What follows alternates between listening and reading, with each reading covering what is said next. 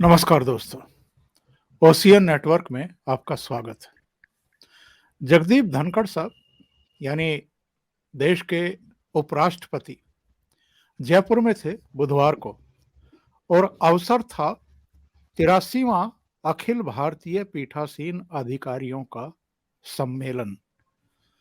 उसके उद्घाटन समारोह में वो बोल रहे थे और उन्होंने कुछ ऐसी बातें कही हैं जो फिर से सुर्खी बनी है। और केवल ये सुर्खी बनने की वजह से मैं आज ये चर्चा नहीं कर रहा हूं, बल्कि इसलिए क्योंकि धनखड़ साहब ने कुछ बहुत ही वैलिड पॉइंट, महत्वपूर्ण बिंदुओं को फिर से सामने रखा है, देश के भी, सरकार के भी और जुडिशियरी के भी। खास तौर से जो पिछले कुछ दिनों से हो रहा है, जो टकराव देखने को मिल रहा है, जब जब सदन से या सदन के बाहर से एनजेएसी को लेकर के, कुछ कंडक्ट को लेकर के, कुछ टिप्पणियों को लेकर के सवाल उठे हैं, तो सुप्रीम कोर्ट की तरफ से भी उसके किसी ना किसी रूप में जवाब दिए गए हैं या संदेश भेजने की कोशिशें हुई हैं।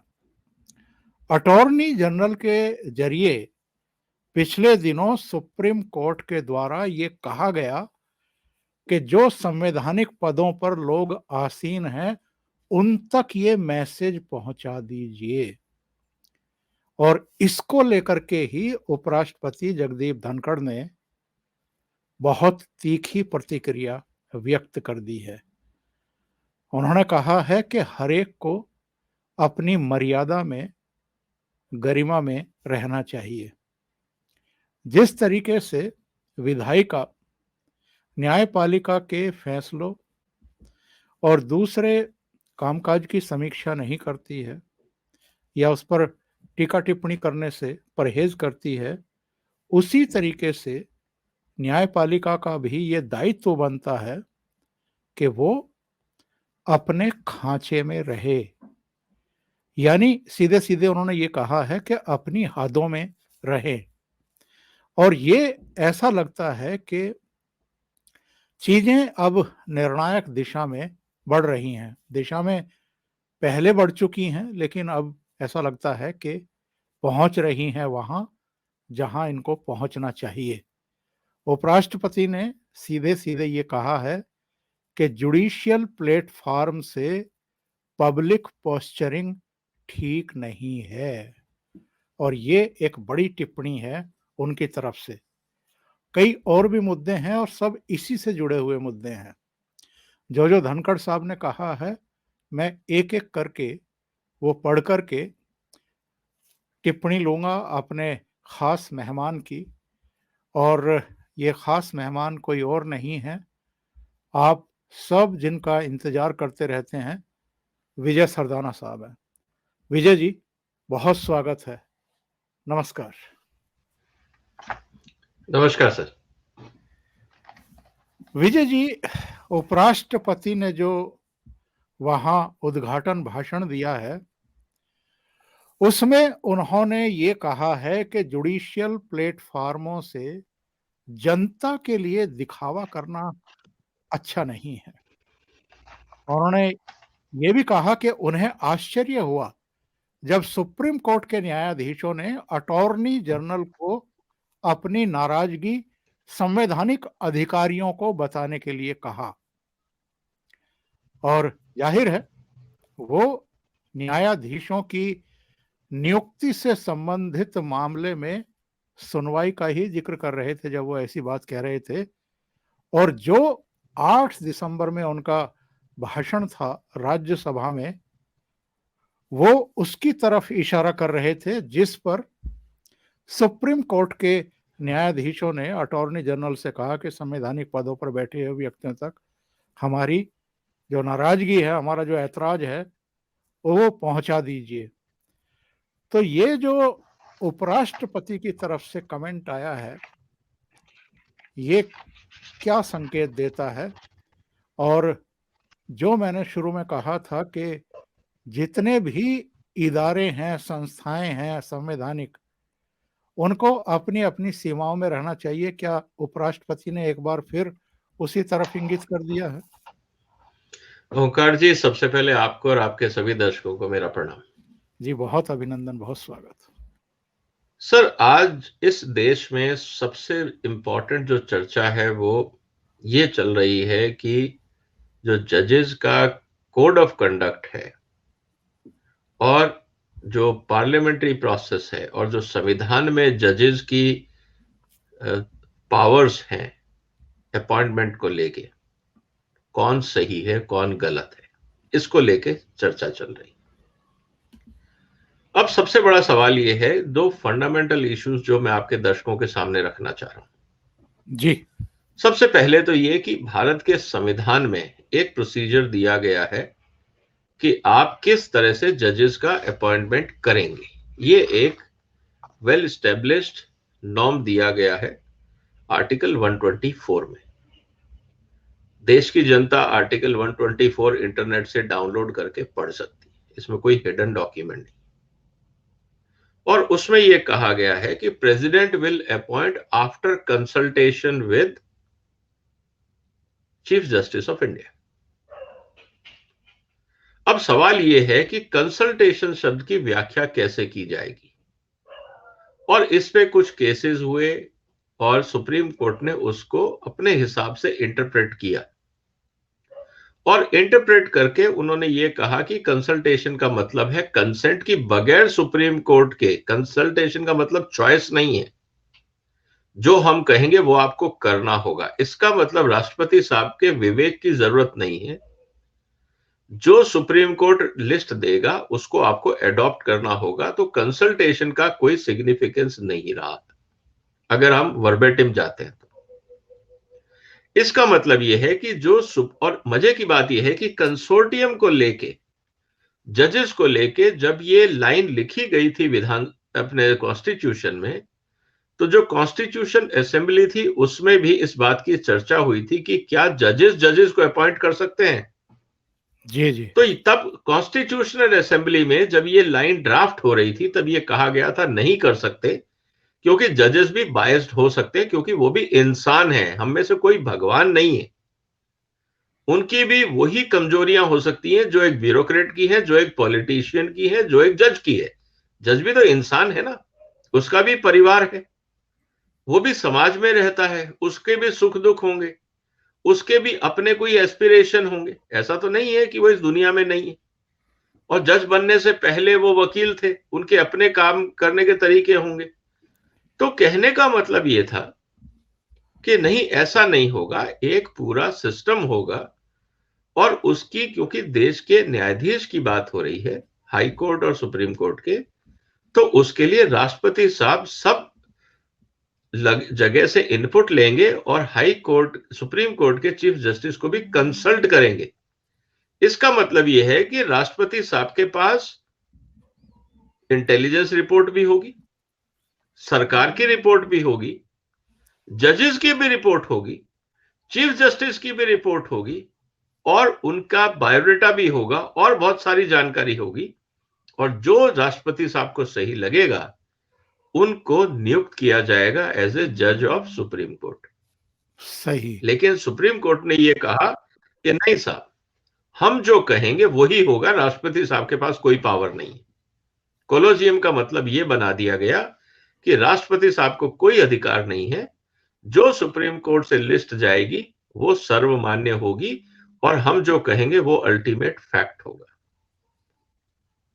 अब सवाल जनता को सोचना है कि सच क्या है, कॉन्स्टिट्यूशन की भाषा क्या ये कह रही है या कंसल्टेशन की बात कर रही है। इंटरप्रिटेशन जजेस ने किया और इंटरप्रिटेशन उन्होंने अपने फेवर में किया। Let's accept the fact of life. उन्होंने ये नहीं कहा कि लॉ मंत्रालय करेगा या प्राइम मिनिस्टर करेगा या प्रेसिडेंट हाउस करेगा या कोई और करेगा। उन्होंने कहा नहीं, हम ही करेंगे। इसका मतलब उन्होंने जो जजमेंट दिया वो सेल्फ अपने फेवर में दिया। उसके आधार, उसके चर्चाएं, उन्होंने उसके तथ्य सामने रखे। लेकिन क्या ये कॉन्स्टिट्यूशन की बात है? जब हम बात कर रहे हैं कि संविधान के मूल ढांचे को आप छेड़ नहीं सकते, यही एक तरफ सुप्रीम कोर्ट ने ये बोला है कि आप संविधान के मूल ढांचे को नहीं छेड़ सकते, लेकिन जब अपॉइंटमेंट ऑफ जजेस की बात आती है, कंसल्टेशन का मतलब कंसेंट होता है, तो आपने मूल ढांचे को छेड़ दिया। अब सवाल यह है कि रास्ता क्या है? यह है भूमिका आज तक की। अब जो वाइस प्रेसिडेंट साहब ने कहा, अब वाइस प्रेसिडेंट साहब ने थोड़ी सी वाइस प्रेसिडेंट साहब की भूमिका पे जाते हैं, उनके इतिहास पे जाते हैं। वो जी, जी। खुद सीनियर लॉयर हैं, उनका करीब 30 साल का अनुभव है लॉ की प्रैक्टिस में। तो ऐसा तो नहीं है कि उन्होंने कानून में किस तरह से, कोर्ट्स में किस तरह से काम होता है, इसको नहीं देखा होगा। जैसे हम लोग समाज में रहते हैं, वैसे ही बाकी मेंबर ऑफ पार्लियामेंट समाज में रहते हैं, वैसे ही जजेस समाज में रहते हैं। तो जब हम सब समाज के हिस्सा हैं, तो समाज में जो खराबियां हैं उसकी जानकारी सबके पास है। हम ये तो नहीं कह सकते कि जुडिशरी में खराबी नहीं है, क्योंकि आज आम आदमी का परसेप्शन क्या है, चाहे जजेस कुछ भी बोले, क्या आम आदमी ये मानता है कि जुडिशरी न्याय कर रही है? सवाल ये है। इस पे एक, अगर सुप्रीम कोर्ट को लगता है कि नहीं, आम आदमी पॉजिटिव सोचता है जजेस के बारे में या जुडिशरी सिस्टम के बारे में, तो इस पे एक रेफरेंडम करा लेना चाहिए, एक सर्वे करा लेना चाहिए, और पब्लिक ओपिनियन बता देगी कि क्या स्थिति है, तो सब चीजें सामने आ जाएंगी। अब सवाल यह है कि जो उपराष्ट्रपति साहब ने कहा, उन्होंने ये कहा कि भाई आप जो काम कर रहे हैं, आपका काम है न्याय देना, पार्लियामेंट का काम है कानून बनाना। पार्लियामेंट गलत सलत जो भी कानून बनाती है, वो पार्लियामेंट का अधिकार क्षेत्र है। विद इन कॉन्स्टिट्यूशन हम काम कर रहे हैं, हमें अपनी मर्यादाएं पता है, आप भी अपनी मर्यादा में रहे, एग्जीक्यूटिव भी अपनी मर्यादा में रहे, तो सब ठीक चलेगा। लेकिन आप अगर ये कहने लगे थ्रू अटॉर्नी जनरल कि आप जाके अपने पॉलिटिकल मास्टर को समझा दीजिए कि यह तरीका ठीक नहीं है, तो उन्होंने इस बात पे ऑब्जेक्ट किया कि आप होते कौन है? हम भी अपना विचार रख सकते हैं ना। अगर हम कह रहे हैं कि जुडिशरी सही काम नहीं कर रही है, तो कुल मिला के सवाल यह है कि फिर जुडिशरी के ऊपर किसकी अकाउंटेबिलिटी है? जुडिशरी किसको अकाउंटेबल है? सवाल अब यह बनता है। इसका मतलब जुडिशरी ये कहेगी कि हम किसी के लिए अकाउंटेबल नहीं है, क्योंकि राष्ट्रपति साहब हमसे पूछ नहीं सकते, क्योंकि कॉलेजियम डिसाइड कर रहा है। जुडिशरी सही काम कर रही है, गलत कर रही है, इस पे भी आप सवाल नहीं कर सकते।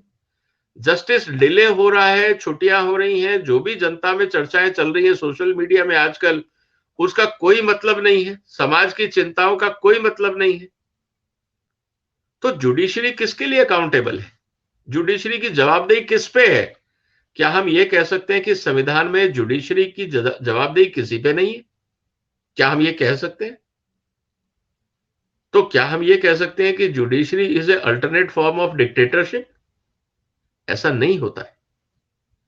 इसी बात को लेके धनखड़ साहब ने यह कहा है कि देखिए, आपकी अपनी मर्यादाएं हैं, पॉलिटिकल सिस्टम की अपनी मर्यादाएं हैं, एग्जीक्यूटिव सिस्टम की अपनी मर्यादाएं हैं। अगर हर तबका अपने अपनी मर्यादाओं में रहेगा तो सब कुछ ठीक चलेगा। हम एक दूसरे पे एनक्रोच ना करें। अगर पार्लियामेंट्री सिस्टम में अगर मेंबर ऑफ पार्लियामेंट ये कहते हैं I am not happy with the judiciary system, आपको ऐतराज नहीं होना चाहिए। इनफैक्ट आपको इंट्रोस्पेक्ट करना चाहिए कि ऐसी इमेज बाहर क्यों जा रही है। आप ये नहीं कह सकते कि आप हमारे पे क्यों कमेंट कर रहे हैं। कमेंट होगा। हकीकत तो ये है सर, आज सोशल मीडिया पे आप जाइए, मुझे लगता है कि जजेस को इस बात को देखना चाहिए कि जनता में कितना रोष है जुडिशरी को लेके, और अगर वो इस बात को डिनाई कर रहे हैं, तो अनफॉर्चुनेटली आप पब्लिक ओपिनियन को पॉलिटिकल सिस्टम के साथ अलाइन कर रहे हैं, और आपके साथ पब्लिक ओपिनियन श्रिंक हो रही है। पहले यह होता था कि लोग ये कहते थे जुडिशरी जनता के साथ है, और पॉलिटिकल सिस्टम नॉन अकाउंटेबल है, कि वो किसी की बात नहीं सुनते। लेकिन जो सोशल मीडिया पे हम लोग देख रहे हैं, उससे तो ये ट्रेंड लग रहा है कि जनता पॉलिटिकल सिस्टम के साथ अलाइन हो रही है, और ये कह रही है कि जुडिशरी को आम जनता की परवाह नहीं है। ये एक चिंता की बात है, क्योंकि परसेप्शन नेगेटिव जा रहा है। और इसी बात को लेके धनखड़ साहब ने बोला, वाइस प्रेसिडेंट ने बोला कि ये जो आप कह रहे हैं एजी के माध्यम से कि आप जाके कॉन्स्टिट्यूशनल अथॉरिटीज को या पार्लियामेंट्री सिस्टम को या मिनिस्टर्स को समझाइए कि आप इस तरह के स्टेटमेंट ना दें, तो सर फ्रीडम ऑफ एक्सप्रेशन क्या मंत्री का नहीं हो सकता या मेंबर ऑफ पार्लियामेंट का नहीं हो सकता?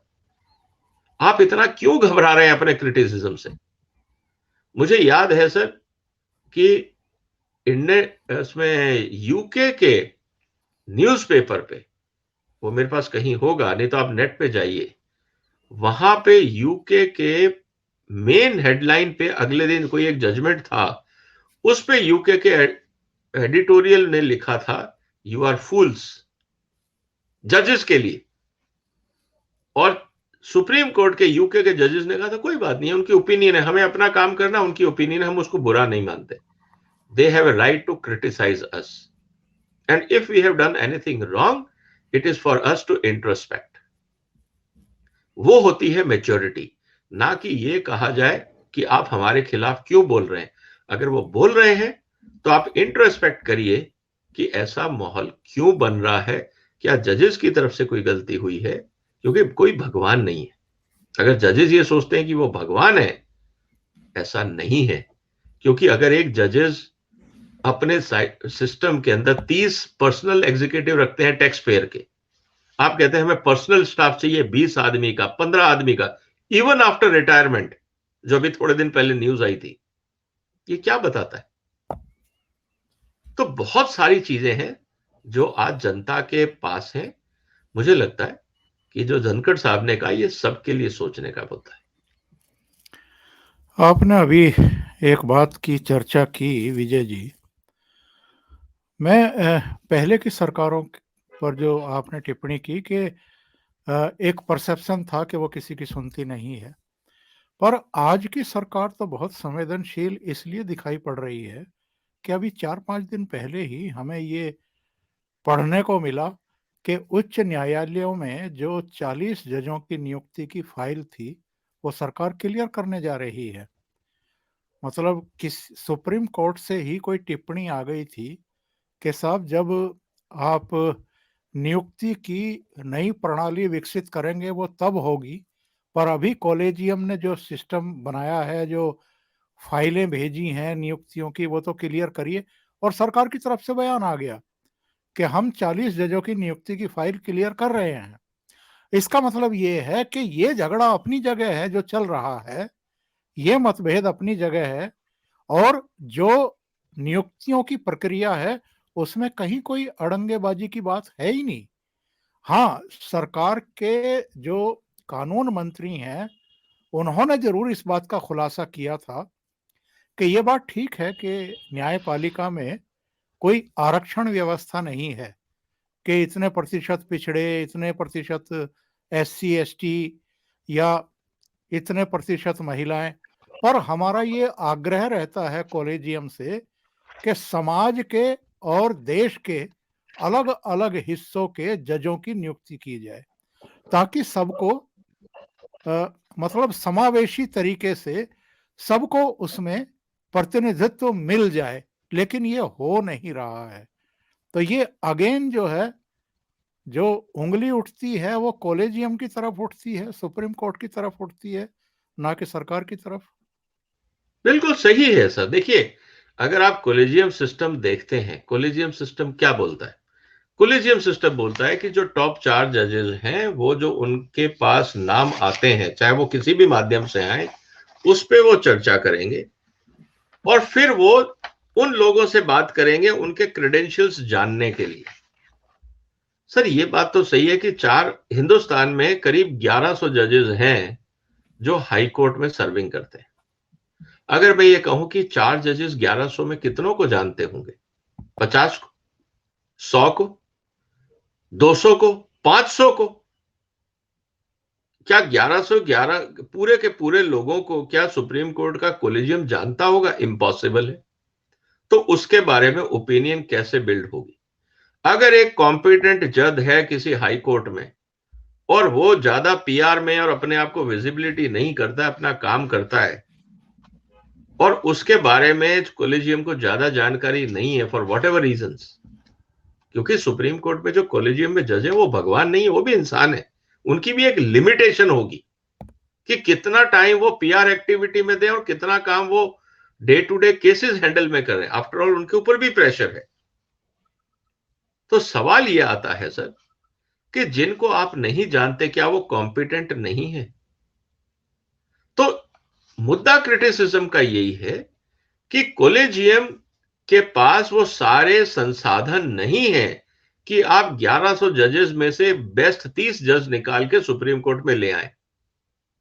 उसके लिए आपको एक इंस्टीट्यूशनल मैकेनिज्म चाहिए, जैसे हमारे यहां यूपीएससी है या बाकी सिस्टम्स हैं जहां पे हम अपॉइंटमेंट्स करते हैं, क्योंकि अपॉइंटमेंट करना आसान नहीं है।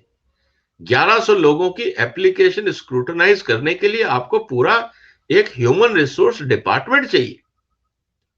आज हम अपनी ऑर्गेनाइजेशन में अगर आप चले जाएं, मैं अपने कॉर्पोरेट पुराने एक्सपीरियंस से आपको बता रहा हूं, अगर मेरे पास 300 का भी स्टाफ था तो मेरे पास पूरा एक एचआर डिपार्टमेंट था जिसका काम 12 महीने ये होता था कि रिक्रूटमेंट करो, कैंडिडेट आइडेंटिफाई करो, उसका स्क्रीनिंग करो और धीरे धीरे वो फाइनल हमारे तक आता था कि सर इसका फाइनल इंटरव्यू करना है। वो एक प्रक्रिया है। कोलिजियम कितना टाइम दे पाएगा इस सब काम पे? तो सवाल ये उठता है।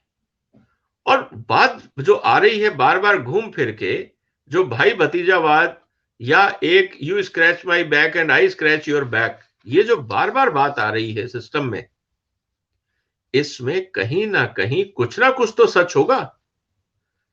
क्योंकि आफ्टर ऑल अगर ये सच नहीं होता और इसमें अगर कुछ नहीं होता तो सारा डेटा पब्लिक में रखने में दिक्कत क्या है? हम जब प्राइम मिनिस्टर से उम्मीद करते हैं कि आप ट्रांसपेरेंट होइए, हम मेंबर ऑफ पार्लियामेंट से कहते हैं आप ट्रांसपेरेंट होइए, हम बाकी सब संस्थाओं से, ब्यूरोक्रेसी से कहते हैं आप अपने एसेट डिक्लेयर करिए और ट्रांसपेरेंट होइए, जुडिशरी क्यों एक्सेप्शन चाहती है? आपको किससे डर है? क्या ब्लैकमेलिंग एक एमपी का नहीं हो सकता? क्या ब्यूरोक्रेट का नहीं हो सकता? सबका हो सकता है। तो अगर आप ट्रांसपेरेंट है, अगर कोई ब्लैकमेल करेगा भी और अगर वो झूठा मुकदमा आपके खिलाफ करता है तो उसके खिलाफ भी तो कार्रवाई हो सकती है ना।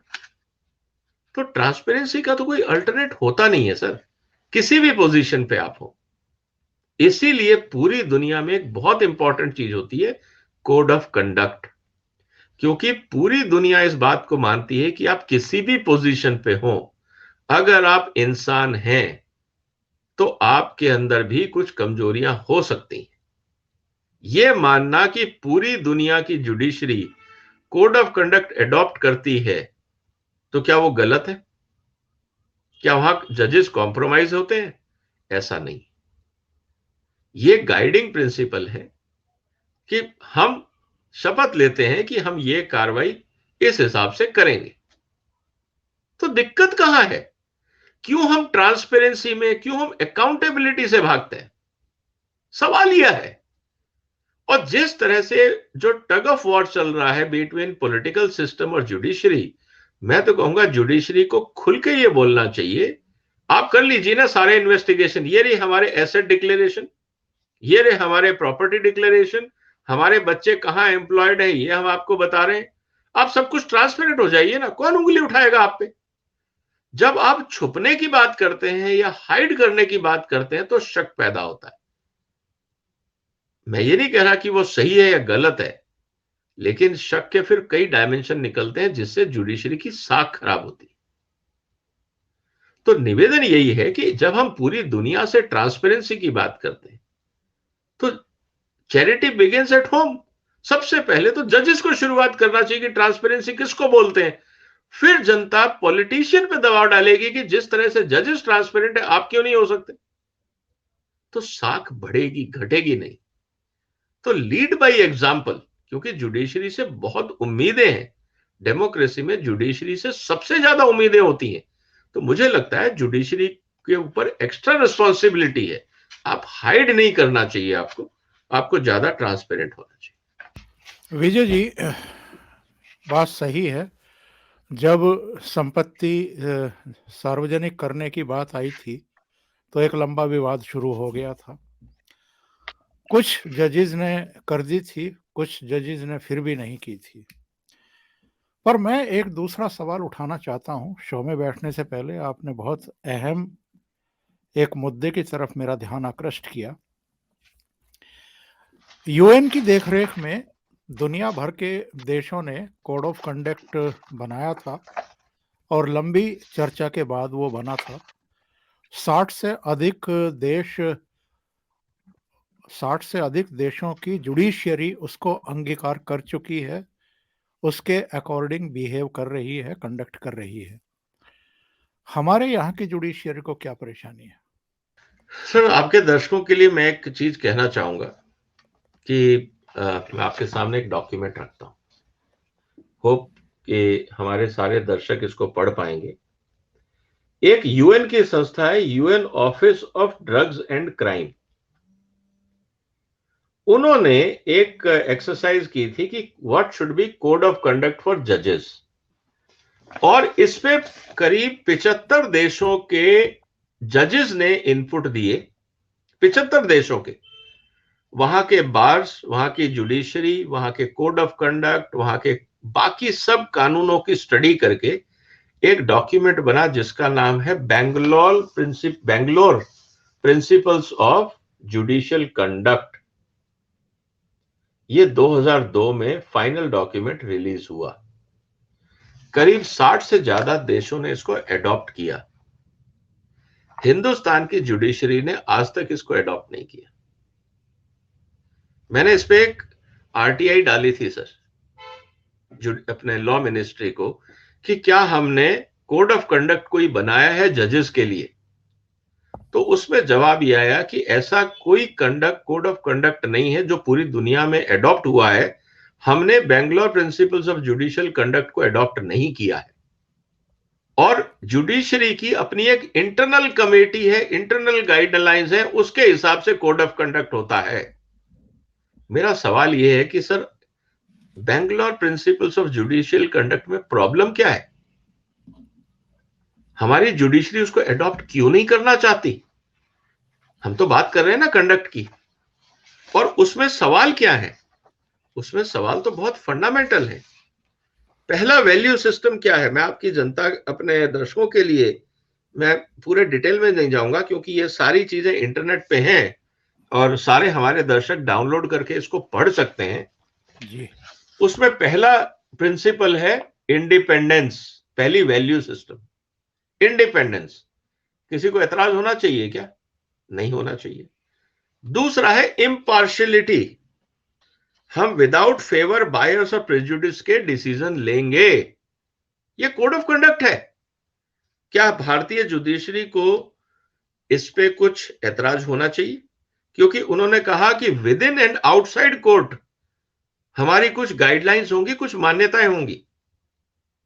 क्योंकि बहुत सारे जजेस, बहुत सारी जो लॉ एसोसिएशंस या लॉ फर्म्स हैं, उनके होस्ट होते हैं जब वो सेमिनार्स में जाते हैं। आप इस बात को ध्यान रखिएगा। जब वेकेशंस होता है कोर्ट्स के अंदर तो बहुत तरह के सेमिनार्स होते हैं, वहां पे जजेस जाते हैं। हिंदुस्तान में नहीं, इंडियन एजेंसीज आउटसाइड इंडिया भी सेमिनार कॉन्फ्रेंसेस करती हैं। वहां जजेस जाते हैं, एड्रेस करते हैं। हॉस्पिटैलिटी कौन करता है? क्या वो कोड ऑफ कंडक्ट में आएगा या बाहर होगा? सवाल ये है। तीसरा सवाल आता है, वैल्यू सिस्टम है इंटीग्रिटी। क्या इंडियन जुडिशरी को एतराज होना चाहिए इंटीग्रिटी से? आई एम श्योर नहीं होगा। चौथा, प्रोप्राइटरी, कि भाई आप जो भी डिसीजन लेंगे बिल्कुल न्यायसम्मत होगा। Appearance of priority are essential to the performance of activities of जजेस। ये गाइडलाइंस है।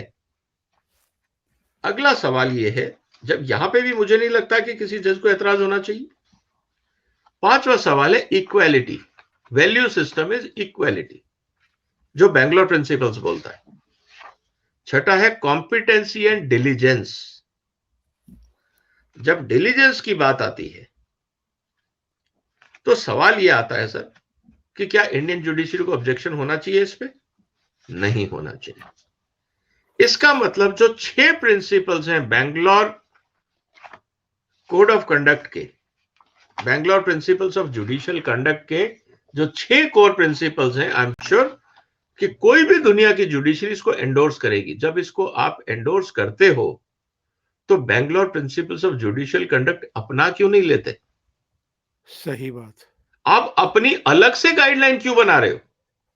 किस बात का आपको डिफरेंस ऑफ ओपिनियन है इस कंडक्ट से? कम से कम वो हाईलाइट कर दीजिए कि ये लाइन ठीक नहीं है, इसलिए हम इसको अडॉप्ट नहीं कर रहे हैं।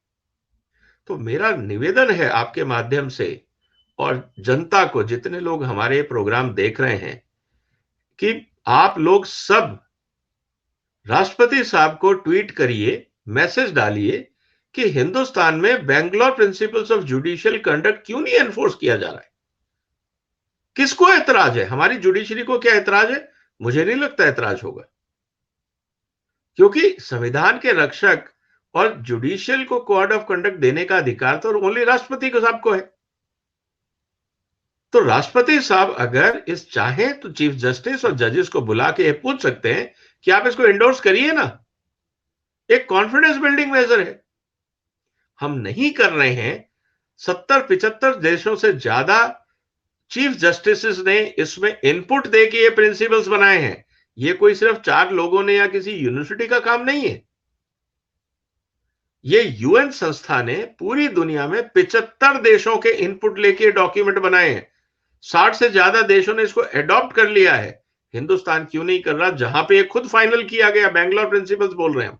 तो मेरा निवेदन ये है कि कॉन्फिडेंस बिल्डिंग का आज सवाल जजेस पे आता है, जुडिशरी पे आता है। आप ये कह सकते हैं कि नहीं हम गलत नहीं कर रहे हैं, मान लिया, तो एडॉप्ट करने में दिक्कत क्या है? कर लीजिए ना, एक और कॉन्फिडेंस लेवल बिल्ड होगा और जनता आपका साथ देगी। तो ये इंपॉर्टेंट।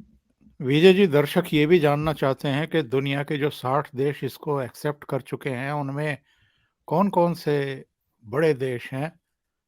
अमेरिका, यूरोपियन कंट्रीज, या इधर अगर हम देखें तो ऑस्ट्रेलिया वगैरह, कौन कौन से ऐसे देश हैं? सर सब है, इनफैक्ट सब ने कंट्रीब्यूट किया है।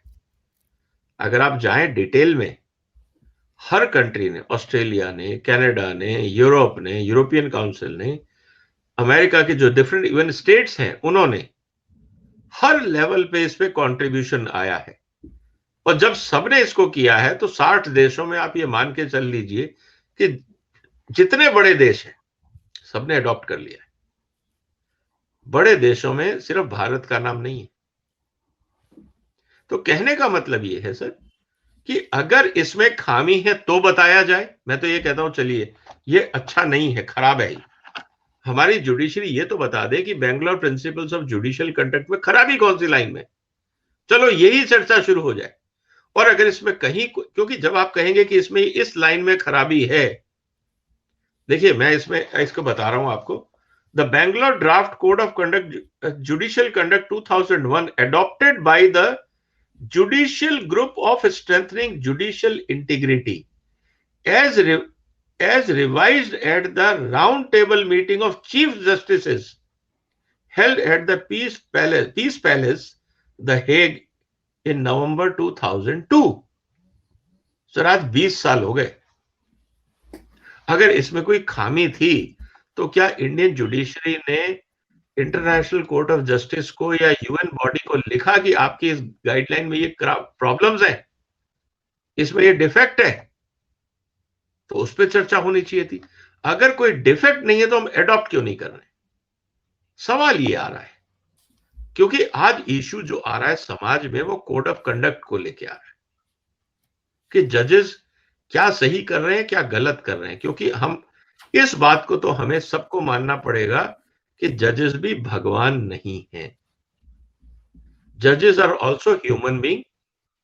अपने कैरियर के इनिशियल डेज में वो लॉयर्स रहे, बाद में उनका सिलेक्शन हुआ एज ए जजेस। तो पहले जो वो काम एज ए लॉयर कर रहे थे, उनके एक्सपीरियंस को देख के उनको जज बना दिया गया। इसमें कोई खराबी नहीं है, लेकिन ये मानना कि उनमें ह्यूमन वीकनेस नहीं हो सकती, ये मैं मानने को तैयार नहीं। क्योंकि अगर आप ट्रैक रिकॉर्ड उठा के देखें जजेस का, तो क्या हम ये कहना चाहेंगे कि आज तक जजेस पे कोई एलिगेशन नहीं लगा? क्या जजेस के खिलाफ कोई एविडेंस नहीं मिले, चाहे वो करप्शन हो या दूसरी चीजें हो? इवन खुद ही जो रिटायर्ड जजेस हैं, उन्होंने जुडिशरी के बारे में क्या बोला? इवन जो सीनियर लॉयर्स हैं, उन्होंने इंडियन जुडिशरी के बारे में क्या किताबें लिखी हैं? तो जब आप इस तरह की चीजें समाज में देखते हैं, इसका मतलब ये है कि सुधार की जरूरत है। तो सुप्रीम कोर्ट हो या हाई कोर्ट हो, उनको खुले मन से ये कहना चाहिए। हो सकता है कि आज के 4 जजेस जो कोलिजियम में हैं, वो बहुत ईमानदार है, मान लिया। लेकिन इस बात की क्या गारंटी है कि आने वाले कॉलेजियम के जो जजेस होंगे, उनके वेस्टेड इंटरेस्ट नहीं होंगे? क्या हम बता सकते हैं कि इसकी गारंटी कौन लेगा? हम तो देखते हैं ना, कॉर्पोरेट वर्ल्ड में भी देखते हैं, पार्लियामेंट में भी देखते हैं कि एक मिनिस्टर बहुत ईमानदार है, दूसरा मिनिस्टर करप्ट भी निकलता है। एक चीफ मिनिस्टर ने बहुत अच्छा काम किया, दूसरे ने कुछ नहीं किया। एक ब्यूरोक्रेट बहुत अच्छा था, दूसरा बहुत खराब था। एक प्राइवेट सेक्टर में एमडी बहुत अच्छा था, दूसरा करप्ट था या इनकॉम्पिटेंट था। तो हम ये कैसे मान सकते हैं कि जजेस के पूरे जो सिस्टम है, जो जजेस कम्युनिटी है, उसमें ह्यूमन वीकनेसेस नहीं होंगी? हम ये कैसे मान लें? तो इसीलिए चेक्स एंड बैलेंसेस किसी भी समाज के हित में होता है, और मुझे लगता है कि जुडिशरी को इस बात को एक्सेप्ट करना चाहिए और जनता को यह मैसेज देना चाहिए कि we are open to scrutiny. देखिए, आपकी इज्जत बढ़ेगी, घटेगी नहीं। लेकिन उपराष्ट्रपति ने जो नाराजगी जाहिर की है, वो तो संभवतः इसी को लेकर के ज्यादा की है ना, कि आप एक जुडिशियल प्लेटफॉर्म पर बैठ करके जनता के लिए एक पोस्चरिंग कर रहे हैं, यानी जनता को एक मैसेज देने की कोशिश कर रहे हैं कि जो संवैधानिक पदों पर बैठे हुए हैं, उन तक ये मैसेज पहुंचा दीजिए। ये जो आए दिन हम हेडलाइन पढ़ते हैं, सुप्रीम कोर्ट ने, हाई कोर्ट ने फला को फटकार लगाई, फला सरकार को फटकार लगाई, फला मंत्री को, फला मंत्रालय को फटकार लगा दी, क्या एक आदत पड़ गई है जुडिशियरी को भी कि एक ऐसी छवि उनकी समाज में बन गई है जैसे कोड़ा उनके हाथ में है, और कोई भी अगर छोटी मोटी गलती भी कर रहा है, बड़ी गलती भी कर रहा है, तो वो कोड़ा फटकार रहे हैं उन पर। और ये जो कोड ऑफ कंडक्ट है, अगर ये इसको एक्सेप्ट कर लेते हैं, उसको ऑन कर लेते हैं, अपने ऊपर लागू करते हैं, तो क्या वो फिर बंधेंगे हर तरह के, मतलब कंडक्ट करते हुए उनको ध्यान रहेगा कि ये कोड ऑफ कंडक्ट लागू है, इसलिए वो इसको नहीं मान रहे हैं। और इसी के संदर्भ में कॉलेजियम सिस्टम भी अकेले हिंदुस्तान में है, दुनिया भर के देशों में तो ऐसी कोई व्यवस्था नहीं है। तो जो व्यवस्थाएं दुनिया भर के देशों में हैं, वो भी ये स्वीकार करने को तैयार नहीं है। यहाँ भी स्पेशल ही बने हुए हैं, तो सवाल तो उठेंगे। देखिए ओंकार जी, बहुत महत्वपूर्ण सवाल आपने उठाया। मेरा ये कहना है, एक आप प्रैक्टिकल सिनेरियो देखिए कि प्रधानमंत्री साहब के पास पूरा मंत्रिमंडल है, जितनी मंत्रालय हैं उनको रिपोर्ट करते हैं। आपने कभी प्रधानमंत्री या राष्ट्रपति को यह कहते सुना कि देखिए, आप जाके फलाने आदमी को या मंत्री को बोलिए कि मैं आपके काम से संतुष्ट नहीं हूं, आप अपने काम करने के तरीके को सुधार लीजिए? कभी आपने इस तरह के स्टेटमेंट पब्लिक में देखे? नहीं देखे होंगे, क्योंकि एक कम्युनिकेशन का सिस्टम होता है। क्या प्रधानमंत्री ने किसी सेक्रेटरी को बोला, एग्जीक्यूटिव को, पब्लिकली कि देखिए आप अपने काम करने को तरीके को सुधार लीजिए, ये ठीक नहीं है? उन्होंने उनके पीएस को या किसी मेंबर ऑफ पार्लियामेंट को बोला हो या किसी और को बोला हो कि आप जाइए और उनको बोलिए कि आप अपना काम करने का तरीका बदल लीजिए, और वो पब्लिक में उन्होंने बोला हो? क्या ऐसा आपने कभी सुना? नहीं सुना। ऐसा नहीं है कि मंत्रियों के काम से प्रधानमंत्री खुश नहीं होंगे या खुश होंगे, या उन्होंने कोई इंस्ट्रक्शन नहीं दिया होगा। उन्होंने दिया होगा, उन्होंने मेंबर ऑफ पार्लियामेंट्स को भी दिया होगा, उन्होंने अपने मंत्रियों को भी दिया होगा, उन्होंने अधिकारियों को भी डांट लगाई होगी। ऐसा नहीं है कि नहीं लगाया होगा। उनके पास ऐसी बहुत सारी चीजें होंगी जिनसे वो नाखुश होंगे। लेकिन वो पब्लिक में जग जाहिर नहीं की जाती। एक सिस्टम ऑफ कम्युनिकेशन है। धनखड़ साहब का कहना यही है कि आपको अगर किसी चीज को लेके ग्रीवेंसेस हैं तो आप चीफ जस्टिस साहब या जो भी आपका सिस्टम है, आप लॉ मिनिस्टर से अपॉइंटमेंट लेके अपनी ग्रीवेंसेस एक्सप्रेस कर सकते हैं। उसको पब्लिकली कहने की क्या जरूरत है?